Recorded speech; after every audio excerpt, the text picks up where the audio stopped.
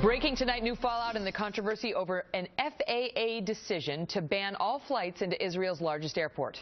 The ban started when a rocket landed about a mile or so away from Israel's main international airport earlier this week. Then the FAA decided to change course last night after it says it reviewed, quote, significant new information. But the change, of course, came also after Senator Ted Cruz and others raised questions about whether the ban was a de facto boycott of Israel and, in effect, a political one.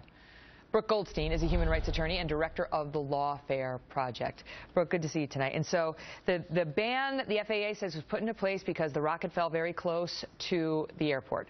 On the other side is the fact that we don't have a similar ban in place over Pakistan, over Afghanistan, over Yemen, and as I pointed out last night, even over the part of Ukraine where a commercial airliner was shot down. Now, we put one in place after the commercial airliner was shot down, but in the week prior to that, we had several jets shot down there, and we did not have a ban in place. So one rocket, near this airport in Israel had people saying, really? What do you think? I think we have to give the FAA the benefit of the doubt, given the Malaysian Airways flight being downed and the rocket landing near Ben Gurion Airport. I don't think this amounts to an economic boycott of Israel, but there are some legitimate reasons why many people think this was politically motivated. And I think the number one reason is because it was reversed in a matter of hours. And nothing has changed on the ground. The rockets are still firing. Israel has not said that there's been any enhanced security measures. The only thing that's changed, as you mentioned, is Ted Cruz, and that there's been an outcry, and people are calling for an explanation of what the decision-making process is. Benjamin Netanyahu asked John Kerry to reverse the ban. I think that was Tuesday night he asked for that. The State Department is saying that they had new information, perhaps they're not sharing it with us, but that they had new information regarding the incident with the rocket, and they were satisfied on additional security measures. We don't know right now. We're just going to have to leave it to the viewers to figure out what they think. Let me ask you about what happened today in Gaza, because we've been talking about the deaths of Palestinian civilians. And today our own Connor Powell filed a report talking about the bombing of a UN school that was meant to be a safe haven for Palestinians and wound up getting bombed. And watch. Just a few minutes ago, a UN school just like this, full of kids and refugees, was hit by shelling. Everybody here is saying that they are angry. There's nowhere safe. They want the international community to help. Israel says its troops were battling militants, but there are no reports of fighters inside the building that was hit. Still, Israeli shells destroyed the shelter. At least 16 people, including 3 UN teachers, were killed. The local hospital overwhelmed with dozens of injured women and children. The Israeli military says they're investigating the incident. Brooke, let me ask you, as somebody who's a staunch defender of Israel and a critic of Gaza, and Hamas, I should say, and you see those babies in the hospital, and I realize that these can be the costs of war, it changes public opinion. What say you about these pictures and what happened today? It is terrible that there are civilian casualties in Gaza. My heart goes out to the people in Gaza who are being used as human shields by a designated terrorist group whose policy, whose modus operandi is to use babies and women and innocent men as human shields. In fact, there are reports now coming from IDF soldiers talking to third parties on the ground that Hamas terrorists are running through the streets with infants in their arms shooting at IDF soldiers because they know that pictures of dead children are horrific, and they will be paraded and the media will take them, and they're not going to question as to how these children have died, but they're going to implicate and use them to vilify Israel, even though Israel is doing everything that it can to minimize civilian casualties. And in terms of UNRWA, the United Nations Relief Works Agency, which is the arm of the United Nations that's tasked with providing aid and education in the West Bank, for years has been hiring teachers off the Hamas payroll, has been allowing its classrooms to be used as recruiting grounds for Hamas terrorists. And they're doing this all with our taxpayer dollars.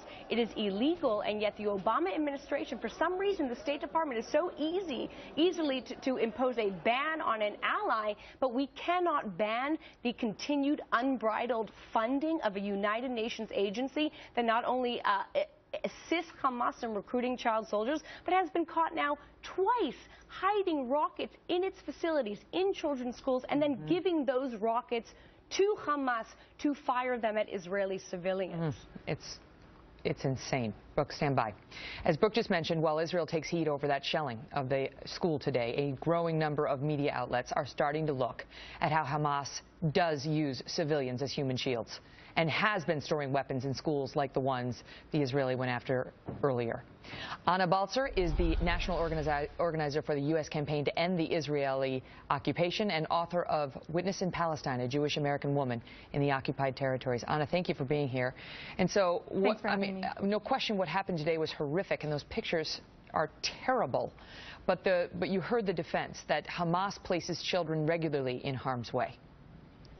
There is no excuse, Megan, for bombing safe houses, schools full of men, women, and children. These are people like you and me. 800 Palestinians, roughly 800 Palestinians killed with U.S. weapons. We are implicated in this. There is no excuse. What do you make of the fact that, Hamas, it's clear that they use civilians as human shields, that they do try to disguise weapons as babies, that unlike Israel that tries to give notice before it bombs, anything, including a civilian potential area, Hamas actually takes civilians, tells them to stay when the bombs are coming? Megan, there's actually no evidence that Hamas has used Palestinian human shields as defined by international law. But if you would like to talk about human shields, Israel routinely uses Palestinian human shields. I've witnessed it with my own 2 eyes. Israel has used Palestinian human shields, has defended its so-called right to use Palestinian human shields, as documented by Israeli journalists, human rights organizations, and Israeli soldiers themselves. Do you deny that Israel gives notice before it bombs these facilities? If Hamas were to drop leaflets over Tel Aviv saying that unless people evacuated their houses quickly, they would be, bombed to smithereens, would we congratulate Hamas on their humanitarianism? It doesn't change anything that Hamas. How is Israel supposed to fight back against an organization whose entire mission is the destruction of Israel? It's in the Hamas charter that they want to kill all Jews. Hamas is a red herring. The policies that Israel is carrying out against the Palestinian people have been going on for decades. They elected Hamas to run Gaza. Yes, but the policies that Israel is enacting are part of a pattern that goes back decades before Hamas was even in existence.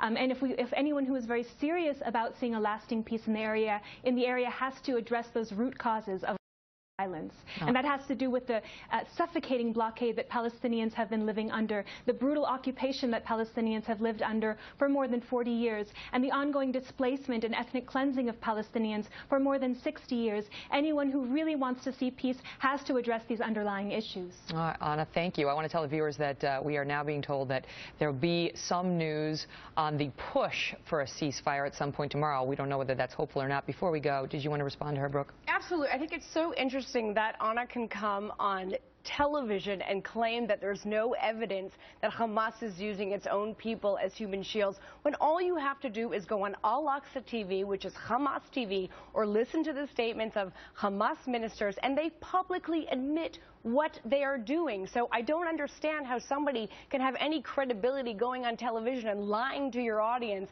that there's no evidence that Hamas is deliberately using civilians as human shields. Yeah, they praise the deaths of certain of those civilians as, and they celebrate the deaths in the name of their cause. So that has been well documented. Brooke, good to see you.